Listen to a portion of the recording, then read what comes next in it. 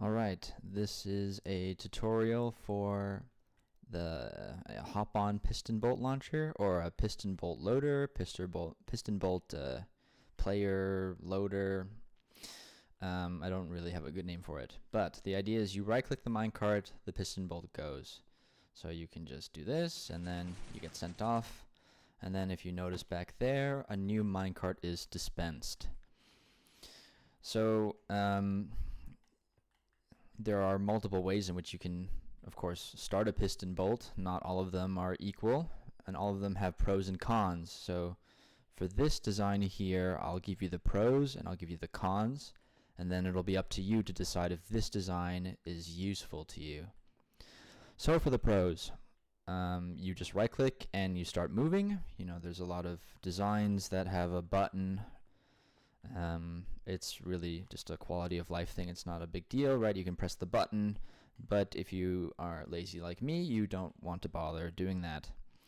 Another pro or feature is that it will replenish the minecart with a dispenser below there after a player has departed from the station.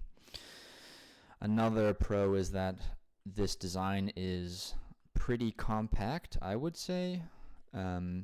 It could be more compact, but I would say it's pretty compact. And for me, the most important pro of this design is that it's multiplayer / queuing friendly. And by what I mean by that is I'm sure a lot of people have this issue where you're playing with players who are not maybe super knowledgeable of Minecraft mechanics, and that's totally fine. But you know, for example, they'll load up your multi-item sorter and then they'll log off, and then everything breaks because the chunks are unloaded. So this, in theory, should be very user-friendly in that way. And I say that because the system will not dispense a new minecart until the system is ready to accept another passenger. So you can basically just stand here and hold the right-click button, and you should be good. Nothing should break. So, for example, if in that case, I blocked the minecart. So if I go here, and then I hop out, and then I go again, and then I go again, it can handle lots of players nicely. Now for the cons. I'm not the best at redstone. I'm sure this could be made much more compact by someone else. And maybe you can figure it out. It could be more compact. Another downside is that for what this system does, the material cost is actually quite expensive. And for example, this whole system right here with this repeater and this chain, the only purpose of this is to send a redstone pulse to this block here. You don't need to do that with 2 slime blocks, a sticky piston, a redstone block. You can just do that with redstone dust. So it's very expensive for what that does. But it's in the purpose and the goal to make the design more compact. And I'd say the final problem or con that I can think of with this design is that if you implement this design, you're going to have to deal with another problem, which is a logistics issue where you're going to have minecarts being sent this way, and you're going to need a reservoir of minecarts here. You need to figure out how to deal with the minecarts that end up at your destination, and you have to figure out how to replenish the minecarts here. So, I mean, for example, if you have an iron golem farm and you just pump the stuff into the iron into a crafter, you know, then maybe you don't mind, you know, using 5 iron for each trip and then throwing your minecart into lava once you reach your destination. Maybe the distance you're going is not super long, so you can have a water stream that carries your minecarts back. Or maybe you are in a server or have a piston bolt system which assumes that the player comes with their own minecart. In which case, I'll show you later, you can modify this design a little bit, and then you place your minecart, and it's the same. You just sort of hop in and then it goes, but another minecart doesn't get dispensed. But you'll have to solve that problem somehow. You're going to need to have a supply of minecarts, and you're going to have to if you don't have an automated way of keeping up with that, you're going to have to replace it. So if this design still seems good, then let's do a quick tutorial. Here on the left, these are quantities, known quantities of blocks. So you'll need 2 observers, 3 sticky pistons, etc. Feel free to pause the video. The section in the middle here is items that you will need some amount of, depending on how your specific situation looks. You'll need some building blocks depending on how you're going to replenish the minecart system. You're going to need a certain number of hoppers, and depending on how big of a reservoir you want to have of minecarts, you're going to need more or less minecarts. And finally, in the tutorial, I have already placed the dispenser, so you'll need a dispenser, but I won't pick it up from here. The tutorial will assume that you have a piston bolt set up like this, and you have a dispenser facing upwards already placed here. Finally, you're going to need a couple of more materials, and for these 2 materials, you have a bit of a choice to make. You will either need 2 slime blocks or 2 honey blocks. It doesn't matter which one you pick. You can just pick whichever one is easier for you to get, or whatever. And finally, you'll need 2 immovable blocks, which are blocks that cannot be moved by pistons.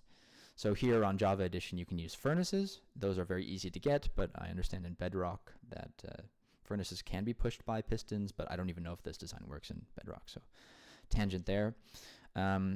Another sort of maybe kind of easy to obtain material would be obsidian here. You can also use all of the glazed terracottas if you have access to that. So let's begin. First off, we're going to go right above the dispenser and place a string, your single string right there. Then we need a observer that is facing towards that string. After that observer, we're going to place a block here.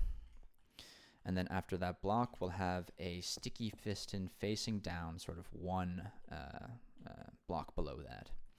Then we're going to put a redstone block here. And then down here, we're going to sort of catch this signal here. We're going to need another sticky piston here and an observer here facing downwards, so the little nub is pointing up. Then we need to go down like so, 2 blocks, and we need the target block to be right. The target block should be on the side, like so, like right here, and then you'll need the torch here, which will activate your dispenser. After that, you need a dropper that should be right below the dispenser here, and you can fill that back in. Run some more redstone here, place a block there with a repeater with a single tick, then another sticky piston here. At this point, we'll go ahead and grab the sticky block. I'll use honey. Oh, sorry, this actually needs to be up 1 block, like so. Then we'll put another redstone block here, and we'll remove this block from the piston bolt. We'll need the immovable or impushable blocks by the piston. We'll replace that there, and then this block we'll replace as well, like so. And oh, yeah, there's one last thing which I've saved to the end, because there's an observer here. If you walk into this, it's going to be sending signals. So the last step is to put a redstone here, which will make it so that the observer actually triggers stuff. And that should be it. And I can test with a minecart, like so. Perfect. And optionally, if you want to have a system to automatically resupply the minecarts, your minecarts need to go into this dropper somehow with some hoppers, however you would like to do that. Yeah. If you aren't sure how to build these piston bolts, below in the description there is a link to a video by our Lord and Savior Ilmango, who will show you how to place the rails down like this, and we'll show you how to, to give you a bunch of information about piston bolts. Incidentally, also in Ilmango's video's description, you'll find a copy of this world that I'm in right now, which has a bunch of transitions and different piston bolts that can go diagonal or straight, and different sort of loaders and whatnot, different junctions and so on. His world download will not have this design, however, because I downloaded his world and then tinkered in it to build this. Regarding these immovable blocks, there are quite a few of them. If you're not sure which block is best for you, then feel free to check the description. I've also linked a link to the Minecraft wiki, which lists all of the blocks depending on your version of Minecraft. Good luck, have fun.